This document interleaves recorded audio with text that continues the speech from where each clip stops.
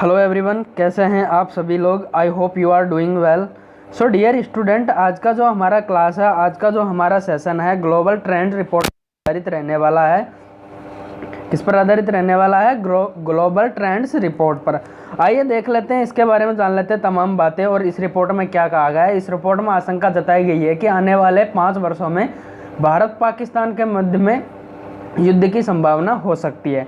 तो ये सभी तमाम बातें और क्या क्या चीज़ें इसमें ऐड की गई है, नहीं की गई है, वो सभी बातों को हम आज का सेशन में देखेंगे। आइए बिना किसी देरी के स्टार्ट कर देते हैं आज का क्लास। तो डियर, सबसे पहले आपको बता देते हैं कि ये जो रिपोर्ट है 2014 तक के लिए जारी की गई, यानी कि कब तक के लिए की गई है?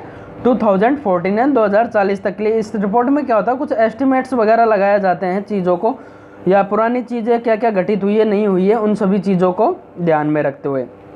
आइए थोड़ा सा इसके बैकग्राउंड के बारे में देख लेते हैं। इसके बैकग्राउंड की बात करते हैं तो इसमें आपको बताया गया है कि this is the 7th edition of national intelligence council, यानी कि इसको कौन जारी करता है? नेशनल इंटेलिजेंस काउंसिल के द्वारा जारी की जाती है, जो 7वां एडिशन है इस बार। अब से पहले कितने एडिशन आ चुके हैं? 7 एडिशन आ चुके हैं। Global trends report publish every 4 year, और इसको कब जारी किया जाता है?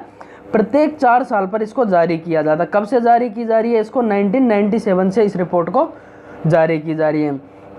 देन बात करते हैं global trends across the key trends and, और इसमें क्या होता है कि जो ट्रेंड में चल रही चीज़ें या जो अब तक जो भी चीज़ें घटित हुई है, नहीं हुई है, उन सभी चीज़ों को ध्यान में रखते हुए क्या किया जाता है? इस रिपोर्ट को जारी किया जाता है। अगर इस रिपोर्ट की बात करते हैं तो यूनाइटेड स्टेट के द्वारा ये रिपोर्ट क्या की जाती है? जारी की जाती है। यानी यूनाइटेड स्टेट की क्या है, एक एजेंसी है जिसको नेशनल इंटेलिजेंस काउंसिल के नाम से जानते हैं, उसके द्वारा इस रिपोर्ट को जारी किया जाता है। अगर इसकी बात की जाए तो इससे पहले 2017 में इसको जारी की थी, जिस समय में यूएसए के प्रेसिडेंट थे आपके बराक ओबामा जी, जिनके द्वारा ये रिपोर्ट या उनके एडमिनिस्ट्रेशन में इस रिपोर्ट को क्या किया गया था? जारी किया गया था। तो डियर, कंफ्यूज नहीं होने का कि सर 2017 में तो आपके डोनाल्ड ट्रंप जी आ गए थे एडमिनिस्ट्रेशन में। तो डियर, ये इससे पहले तैयार की गई थी, इसको पब्लिश किया गया था, उनके लास्ट टाइम पे इसको पब्लिश किया गया था। आइए देख लेते हैं आखिर इस रिपोर्ट में और क्या क्या चीज़ें मेंशन की गई है। इस रिपोर्ट में बात की जाती है तो जो सबसे भड़काऊ वाली चीज़ है, जो सबसे अनसर्टेनिटी वाली चीज़ देखी गई थी, वो ये थी कि इसके अंदर मेंशन किया गया कि इंडिया पाकिस्तान में stable into a large scale war, और इसमें आशंका जताई गई कि आने वाले 5 वर्षों में क्या हो सकता है? भारत और पाकिस्तान के मध्य युद्ध की संभावनाएं उत्पन्न हो सकती है। और इसका कारण बताया गया था कि अब से पहले कई सारे अटैक हुए हैं, जैसे कि आपकी बात की जाए तो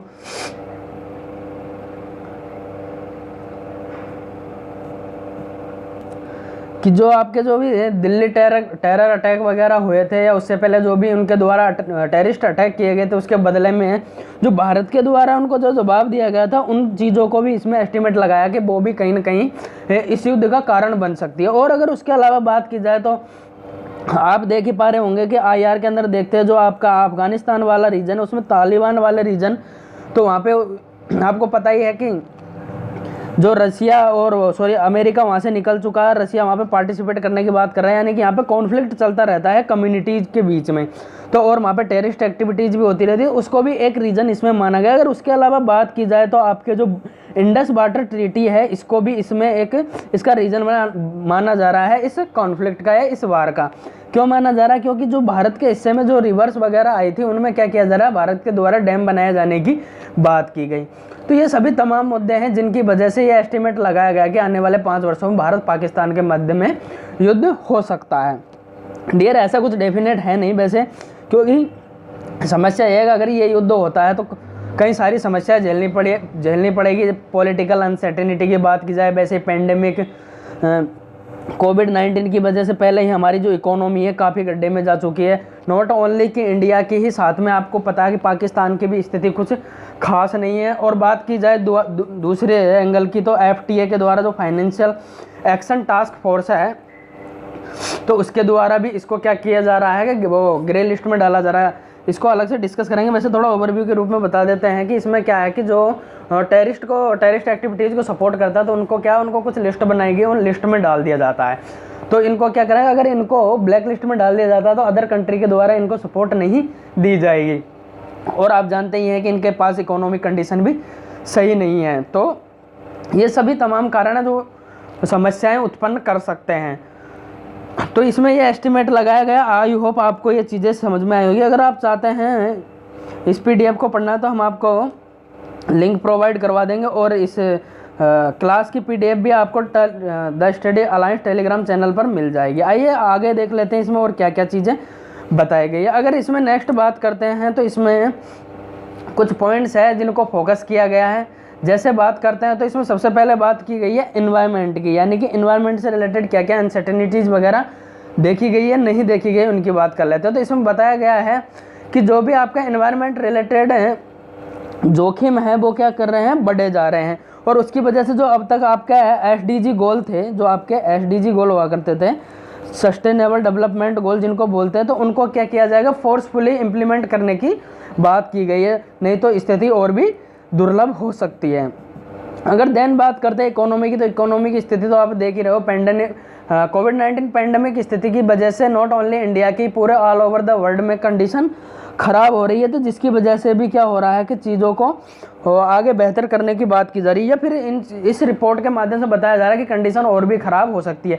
क्योंकि आपको बात करें जो 2017 की रिपोर्ट थी ना, तो उस रिपोर्ट में भी इस पैंडेमिक के बारे में बताया गया था। तो कहीं ना कहीं जहाँ तक इनकी जो एस्टिमेट्स लगाए जा रहे हैं कुछ हद तक सही भी साबित होते हैं। ऐसी बात नहीं कि सारे गलत होते, क्योंकि एस्टिमेट्स को डेफिनेट तो होते नहीं है कि एक अंदाज़ा लगाया जा सकता है ऐसा हो सकता है। अगर उनको सही से डील किया जाए तो हो सकता है उनसे बचा भी जा सकता है। जैसे भारत पाकिस्तान की बात की जाए तो अगर बैठ के बात की जाए दोनों कंट्रियों के द्वारा, आई होप तो रिलेशंस को सुधारा जा सकता है दोनों ही कंट्री के द्वारा, अपनी स्थिति को मजबूत किया जा सकता है। क्योंकि आप भी जानते हो ना, अभी जो इंडिया है वो भी कौन सी स्थिति में, अभी हम विकासशील देशों की कंट्री में ही आते हैं, और पाकिस्तान की तो स्थिति आप जान ही रहे हो। तो दोनों ही कंट्रियों को बड़ा नुकसान होगा इसकी वजह से, और इकोनॉमी के पॉइंट ऑफ व्यू से तो वैसे ही सबकी स्थिति खराब चल रही है। नेक्स्ट बात करते हैं अगर इसमें टेक्नोलॉजी की, तो टेक्नोलॉजी में इसमें कहा गया है, इसमें बात की गई है आपका अगर टेक्नोलॉजी पॉइंट ऑफ व्यू से देखा जाए तो technical development will be increase, यानी कि आने वाले समय में क्या होगा, टेक्निकली